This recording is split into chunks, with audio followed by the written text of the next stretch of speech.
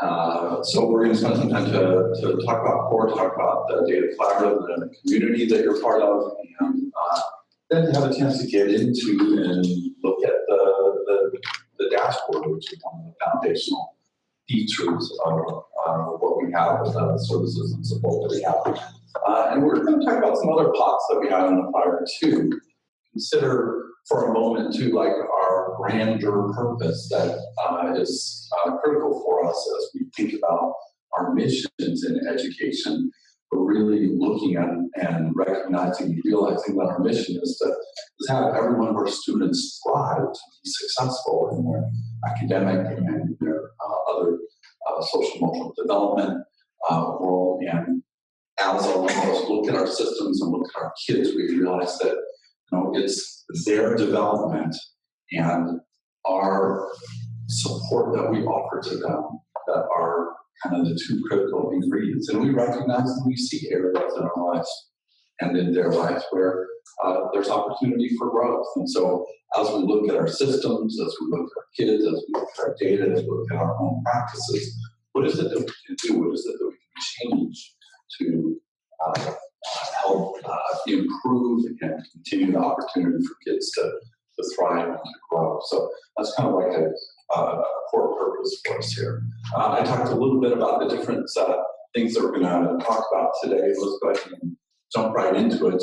Let's just hit it right off the bat. We're going to do a few slides here, actually a few more slides than we thought they were going to be, but we want to go through them very quickly and get you into actually exploring the dashboard in a few minutes here. So just bear with us. We'll give you a chance to just like get a quick peek at things, and then we'll go ahead and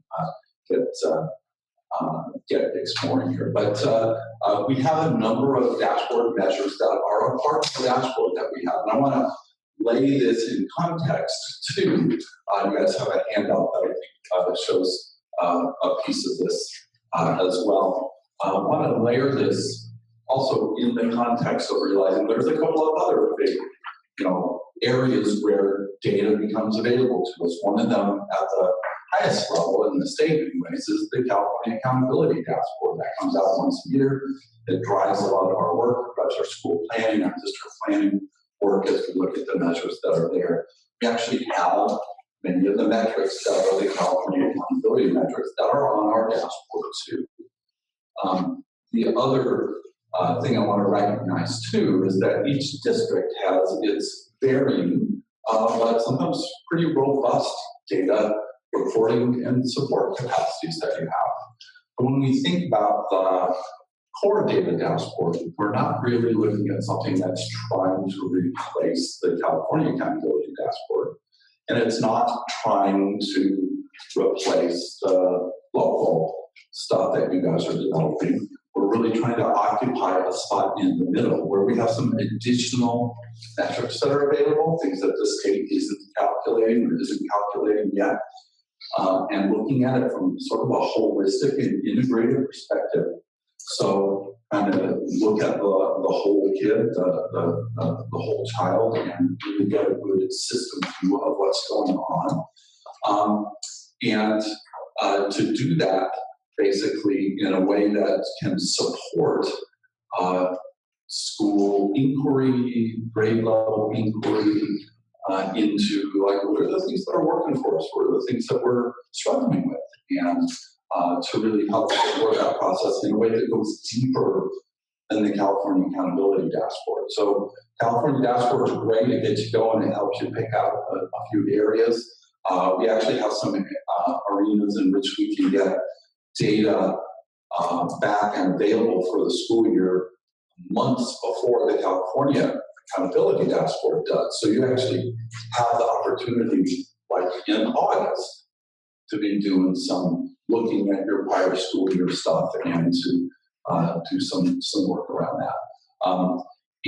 And then again, we've got some other metrics that help you go deeper. So these are some of those. I'm not going to go through each one of them. We'll become more intimately familiar with them as we go. And our goal, our focus here is that we want to create the conditions via the data so that districts and schools, school leaders can have a chance to really get into and get at this idea of continuous improvement. to think about, well, how are we performing against ourselves if we look at things over time? How might we be able to compare to others? Are we, if we're saying, hey, I've got 35% of my kids that are meeting or exceeding standards in ELA, that's great. It's 2% more than it was the year before. But is that good? Is it not good? How's everybody else doing? You can find that information on the state data system and on the California accountability dashboard. But it's not very easy to do a lot of, seeing where do we stand really. So that opportunity is here in the core dashboard. And then to identify areas that are, hey, this is a relative strength for us, or here's an area where we know we need to work more. So let's go ahead and dive in. We're going to talk about the dashboard here a little bit. And we're going to do that in a way that gives you like some quick views of some slides. And then we're going to give you some account information. And then we're going to log in and do some exploring and see what we have. Okay? If you're fast and you want to type in the URL really quick, this is it. We'll come back to this slide in a minute when we're ready to explore ourselves. And I'm going to turn it over to LaToya.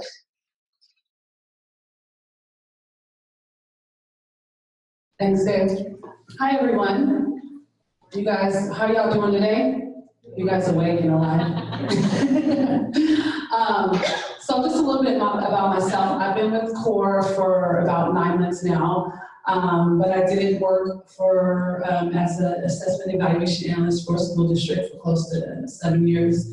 And then I was at accounting office in the assessment and communication division. So all of this work, what I do is I serve as a liaison between the districts and the counties to help get their data in the dashboard and get them onboarded. So all of this work was very familiar to me. And it's just refreshing when I really discovered what CORE was all about, because a lot of the frustrations that I had at the district level, that we had as a district, CORE was able to answer a lot of those questions. I realized that some of you guys are visual learners, some of you guys like to follow and kind of listen as you play. So if you do have your device, we want you to go ahead and log on as I take you through the dashboard. And what you're going to do is you're going to use a generic password and login. So you're going to go to insights@coredistricts.org. And then it's going to take you to this first login page. And then you're going to enter in this generic email where it says email. And then the password is core 1491.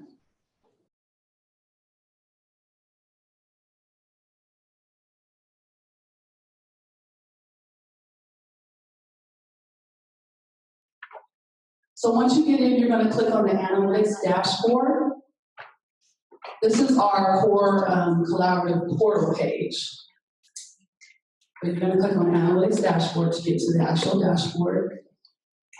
And once you're logged in, you're going to see the little core spinning logo, and it's going to take you to the first page you're going to see is the core index report.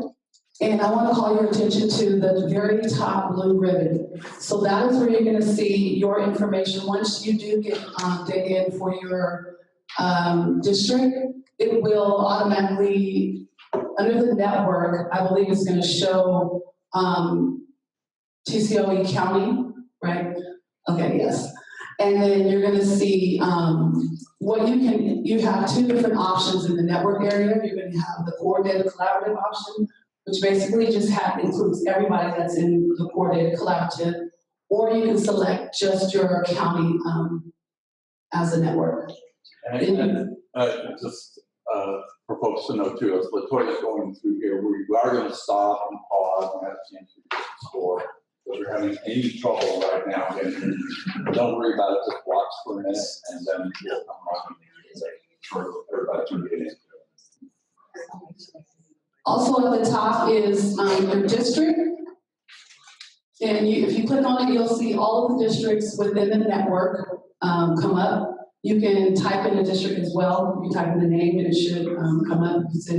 They're part of core. You're going to have your school level your school type, which is if you're traditional, non-traditional, and then you have the school name, the actual school name, and then the school year at the right.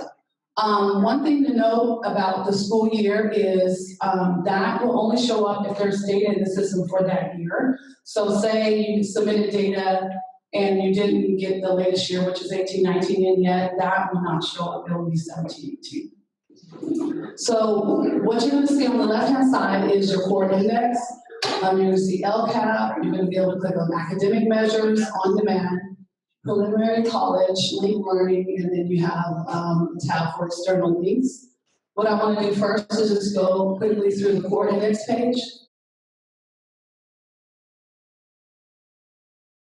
The first table that you see on that page is the student population table. This is where you're going to see your basic demographics for the district and school that you're on the top menu. You're also going to see your percentage of school population. This is based on, your number of students. This is based on continuous enrollment. So one thing to remember is that it is based on continuous enrollment and may look different from other places, maybe on the California dashboard or other places. And that enrollment includes it's students that were enrolled from the beginning of through testing, beginning of the year through spring testing. Yes. Right. Okay. Sorry.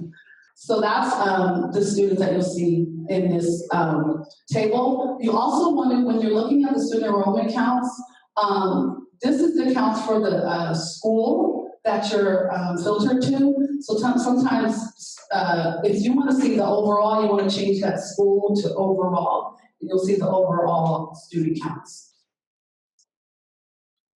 So on this core index page, you'll see the district, name there, the school name, the school code, and the address. If you scroll down, the next part of the index you'll see is academic domain.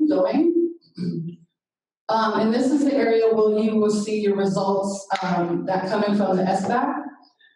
You'll see the percent meeting or exceeding standards. So this is the California dashboard data that you'll see in English language arts and math.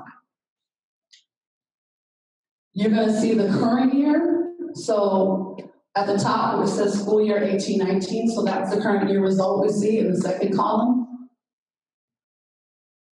And you're also going to see the prior year result in the first column. Then you also have your change from the prior year, so the percentage change. And we'll talk about growth in a second. So you have, you see academic performance, but you also see growth measures.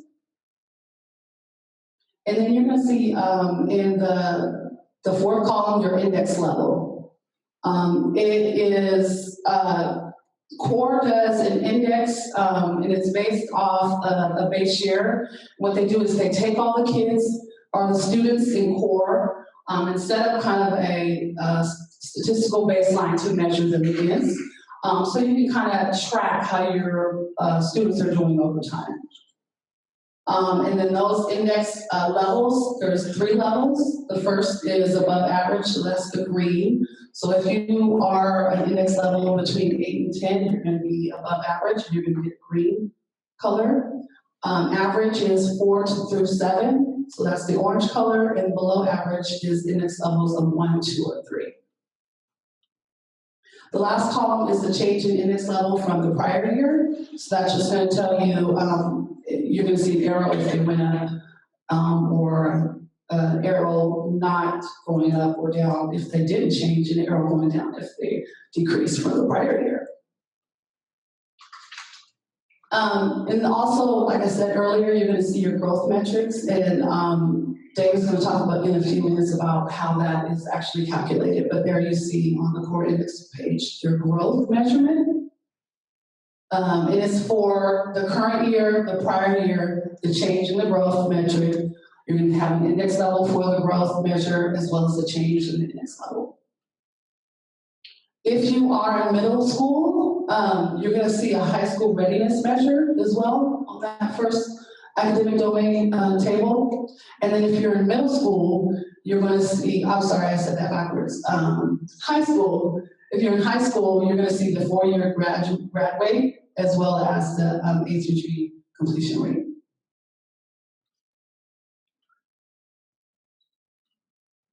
If you scroll down further on the core index table, you'll see the index results for social, emotional, and cultural climate domain. So this is where you're going to see your chronic absenteeism metric as well as your suspension rates. And then if you participate in the culture and climate surveys, CORE also collects that information and it'll show up on this page as well.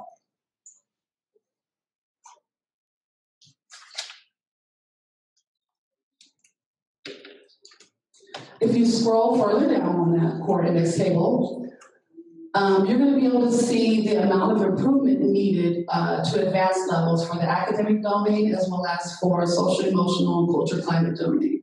So this kind of gives you just a way to, hey, if we want to increase our students by so many index levels, what do we need to do that? What percentage, what amount do we need to do that? So kind of helps you set goals. Other than the survey that you mentioned, but social emotional, is all of that other data coming from CalPADS data? CalPADS, yes, and assessment data from the SBAC and from the LPAD, yes. So all of that data comes from those files that we get from you all. Are we going to dive deeper into like what some of these things mean, like high school readiness? Like I don't know what that means.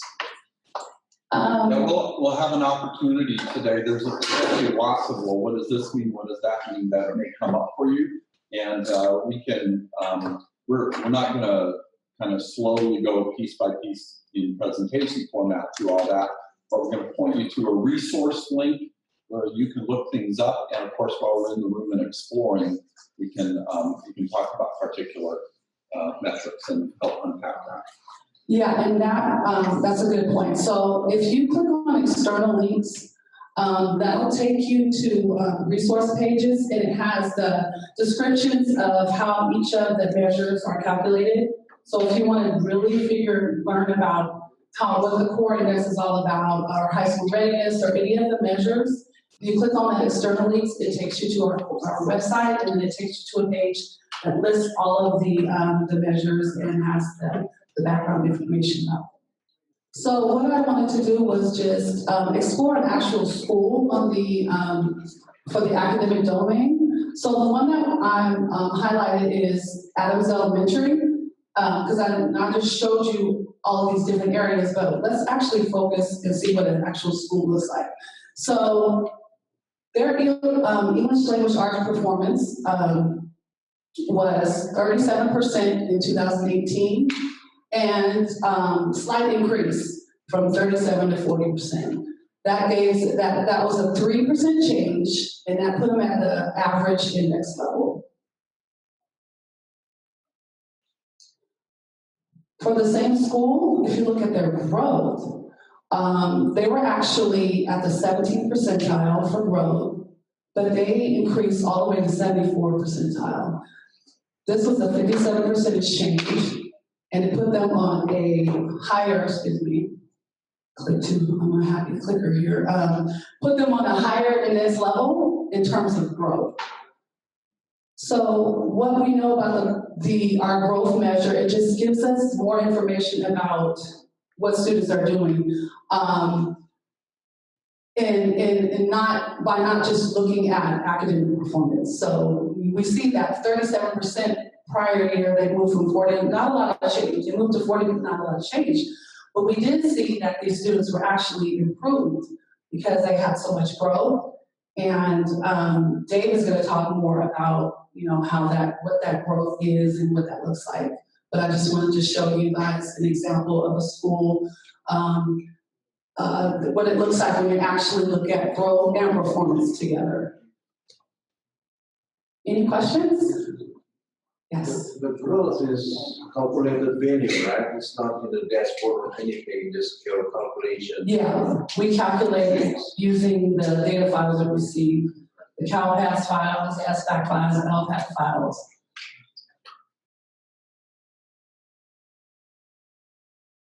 We can probably spend 2-3 hours talking about growth. We're not going to do that. Just a quick pick for you to the question that Kia just brought up too around growth. This is a unique metric that we're creating just for core. California has been talking about a growth model. So if you've been tracking the CDE and the California School Board and the work that they've been doing, a lot of states in the country are calculating growth. But traditionally in California, we haven't done it. They're still talking about it at the state level. We've actually taken the step to go ahead and do that.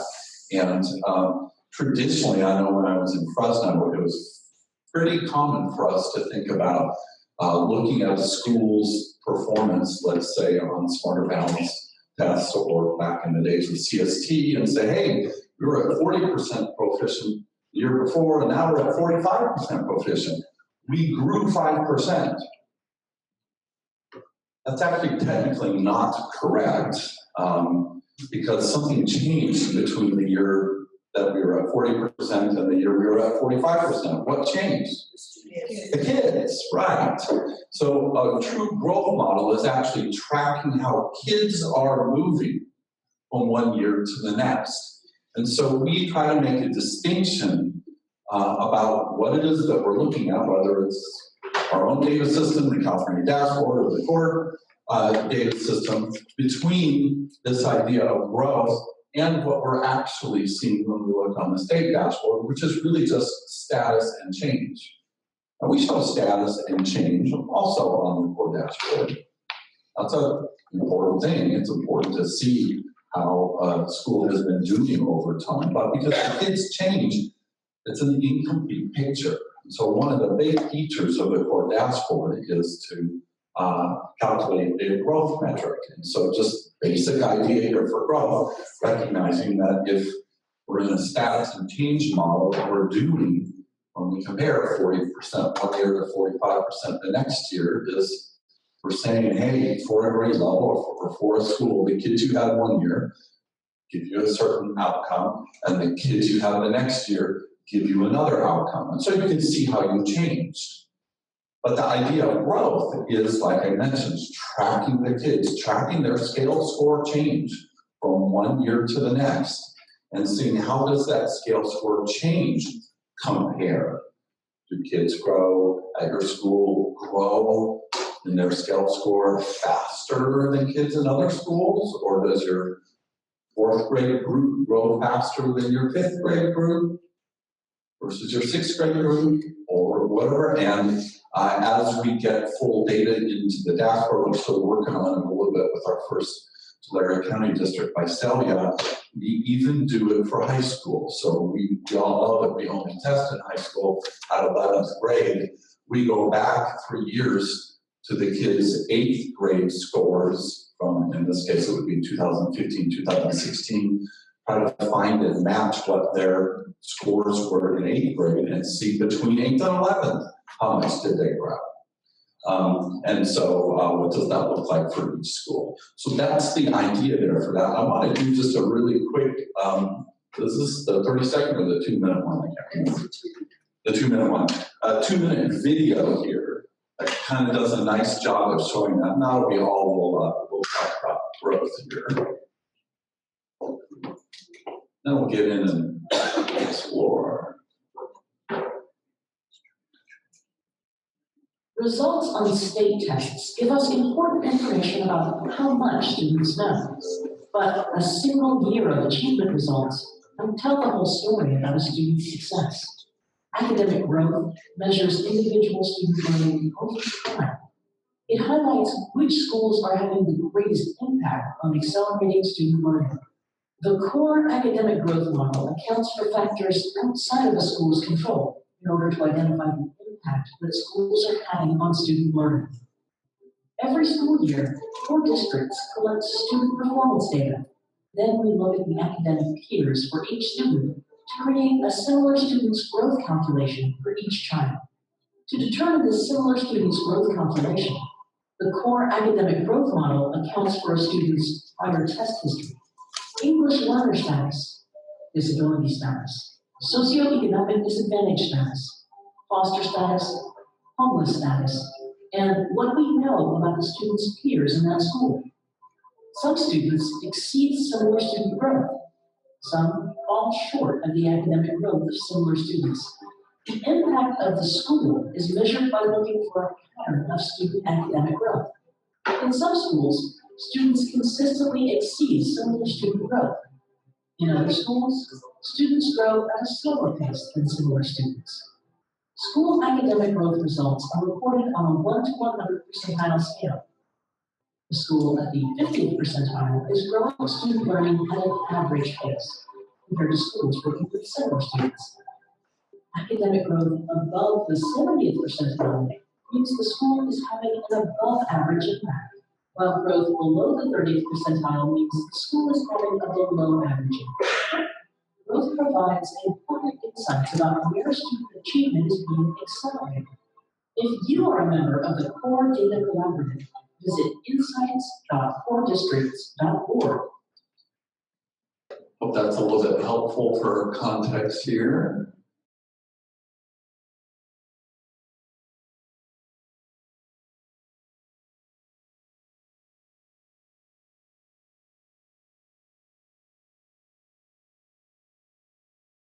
Okay, so we're just going to go through the other tabs, starting with the LCAP tab. You'll see that you have 3 areas. If you click on LCAP, you'll have the LCAP overview page, which is what we're on. So the first table you see on here is the same table you see on the coordinates page. If you scroll down, you're going to see your LCAP priority level, starting with priority 4. And so you'll see the metric result from the prior year, the current year, the change, and then you'll see your LCAP color predicted color. So keep in mind that this dashboard, or we're able to show this LCAP area before it comes out in the state. So that's why I say it's predicted, because it's very close. It's usually really close, and it's you know, we can't always, there's a lot of things happening in the state as far as colors and change. So there are some cases where there may be a difference, and that's why I say it's a predicted color. On this page, you also see that your difference from meeting standard. So your average different distance from meeting standards, or DFM. The top row, you'll see the academic performance measure, again, the same measure that we saw on the coordinates page, as well as growth. And when you scroll down, you'll see the different LCAP priority levels, or areas. Priority area 5, which is people engagement, area 6, and area 3. The other LCAP area is the 5x5 schools. If you click on the 5x5 schools tab, you'll Maybe just really quickly, Latoya, here, this is the first tab we're looking at where you can actually. Oh, yes, good point. So you can actually change the student group. So right now it's on all students, but you can, there's various student groups there. If you want to look at your African American students, or your EL, your designated students, so you can go ahead and narrow it down to certain student groups on the LCAP review page. So then we also have our 5x5 view, which is similar to what you see in the state. It's that 5x5 school view. And then you notice the green menu. You can select the measures that you want to see, such as distance, ELA, or chronic absenteeism.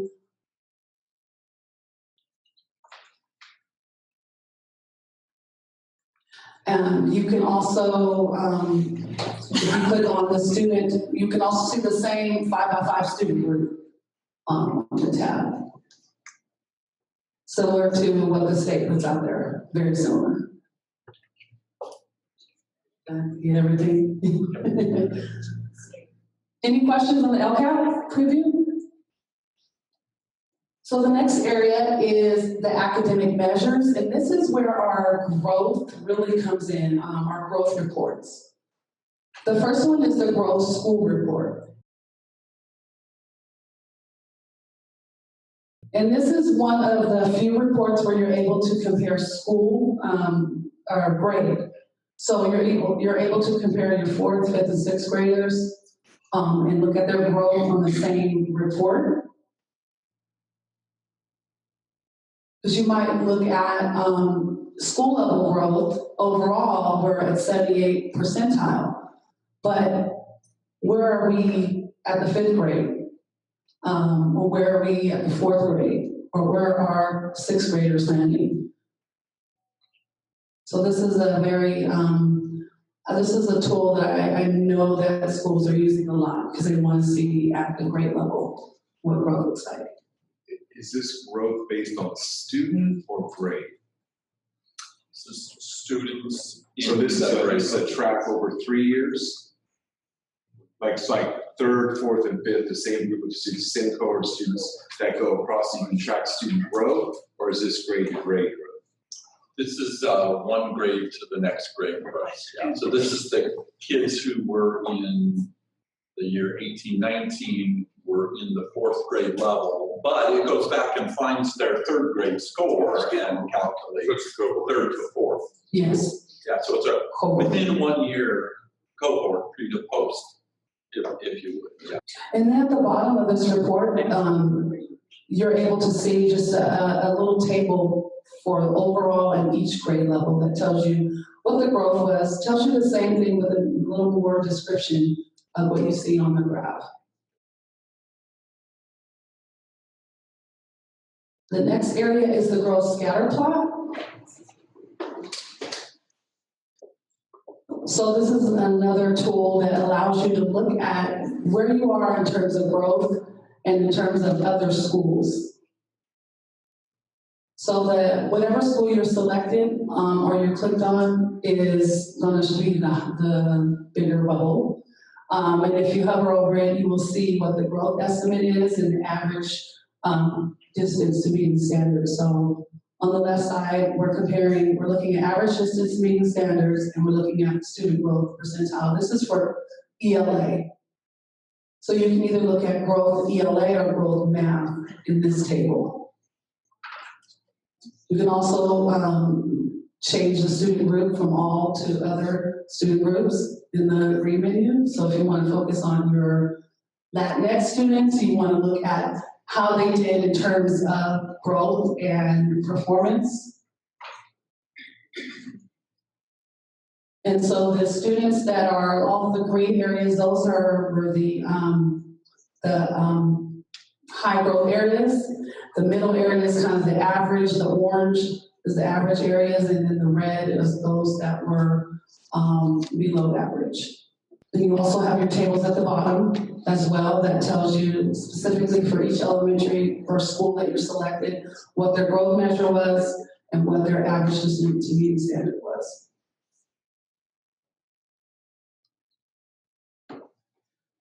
Another useful report is the ordered bar charts. This allows you to compare all of the schools together and sort of rank them.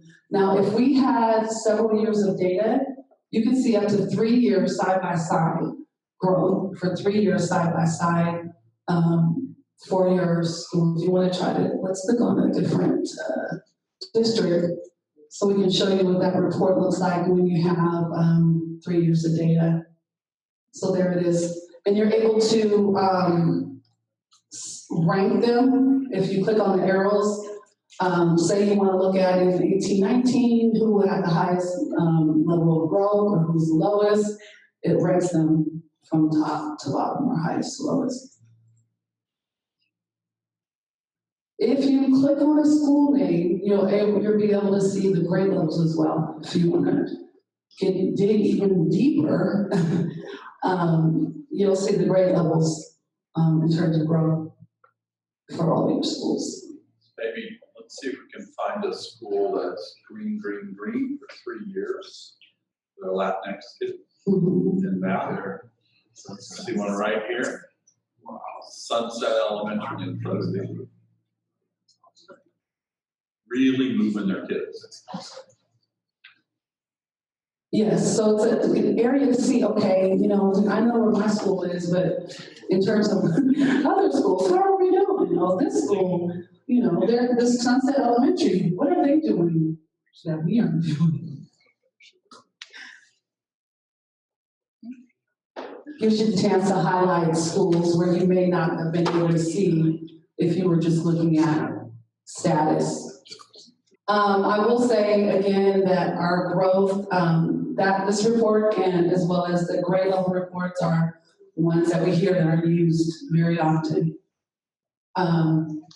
So the next area is the on-demand. And this is where you're going to be able to really compare your students to other schools and kind of and do a deeper analysis of that. So the first one, the first table or the report is the metric trends. And this gives you for however many, I think it's up to 5 years, right? That shows on the report. Gives you a trend of that over the last 5 years. So whatever measure you're looking at right now, we're on proficiency in math for our current English learners. And you can actually toggle this too. I mean, if you want to look at comparison. So I think the core data collaborative one is like whichever network you pick. So if you wanted to look only at TCOE schools, then you can toggle here and it would show the school to the district to TCOE Right. instead of to core data collaborative. The next area is the gap trends. Excuse me. And this is where you're able to look at gaps. You can pick your measure as well as your student group. And it shows the same view. So you have your school, you have your district, and the core data collaborative as well as the overall. But you're able to select your student group, and what our gap trends does is compare the non. So whatever group you pick, those that are part of that group. So this particular table shows Asians compared to non-Asian students. And then you have tables that show the scroll back up for me, the bar graphs that show the amount of the gap. And if it's if it's a negative, it's red, and if it's above, it's green. Or positive, it's green. And then Dave was just scrolling down to the different tables that are included here. Yeah. And then we have another area is our, get your eyes ready for this. Scatter plot. Now we're getting into some serious analytics. Yeah, so if you want to take a deeper dive, you can do, this is why we call it on demand. This is the area of scatter plotting where you can change the axis. So you can compare two measures, whatever two measures you like, and see what's happening. You can also subset by school characteristics in this table.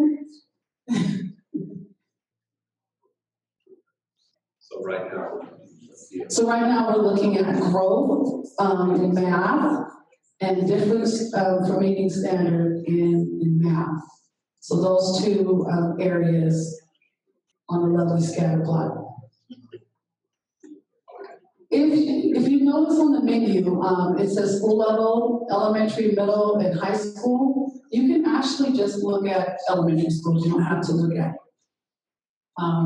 all of the schools. Say if you want to just look at elementary, you can do that. You can also select a school in the school menu. And it'll highlight it. It'll show that, let's see, you can get a school, see what it looks like when you select a school. So we got several schools. I typed in Lincoln Elementary. Oh, they're There's a showing bunch up. of them. So they're showing up green. Okay, yeah, it usually highlights it in the color, it color codes it so you can kind of find it in the scatter plot. What's cool about this report, if you scroll down, as I mentioned before, you're able to subset it to school characteristics. So if you want to do comparisons to your school, you know, like I want to look at schools that only have 300 students, or I want to look at schools that this percentage African American. You really want to compare to schools that are like you can do that here.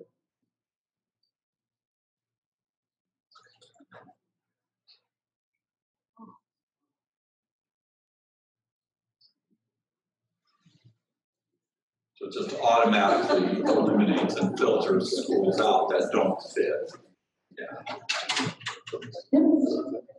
So what we want you to do is go in and explore a couple of tabs that we just reviewed.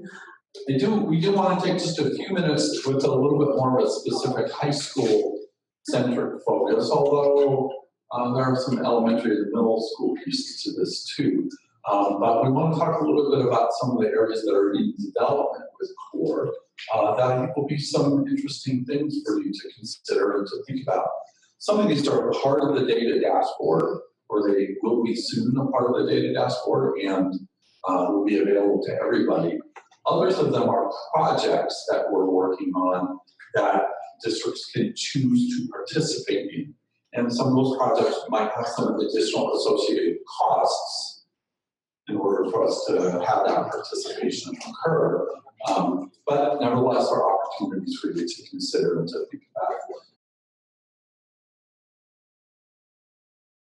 So first we want to talk a little bit about a body of work we started engaging in about 18 months ago or so, predictive analytics, and something that's associated with that is our college roadmap reports.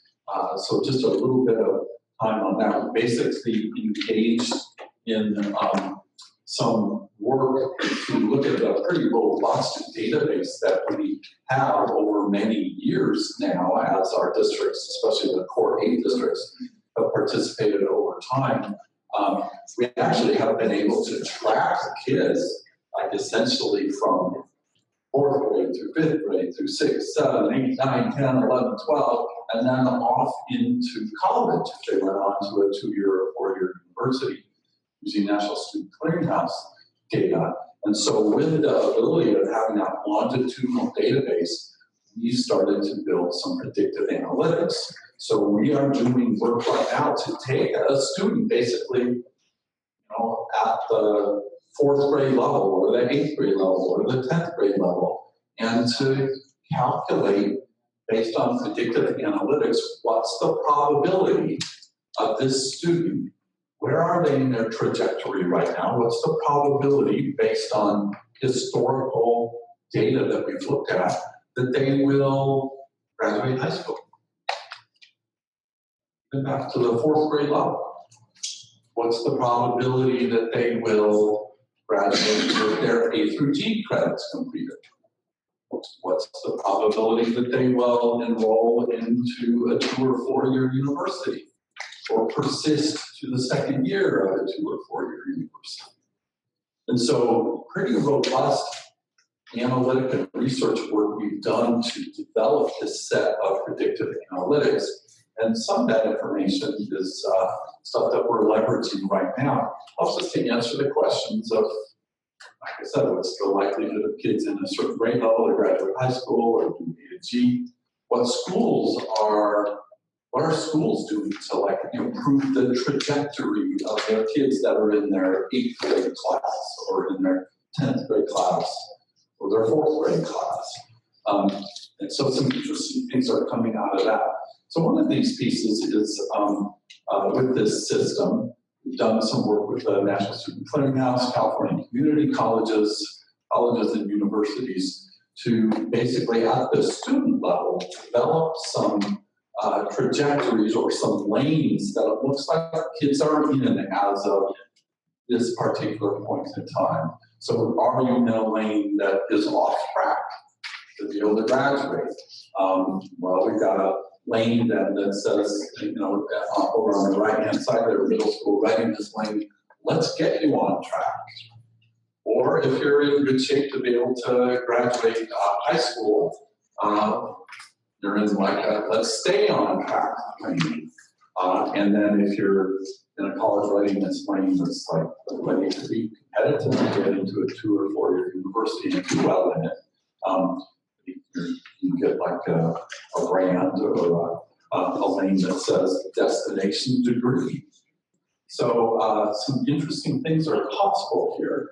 And we're doing some piloting right now in 3 school districts in Long Beach, in West Contra Costa, and in San Bernardino City, piloting individual student college roadmap reports.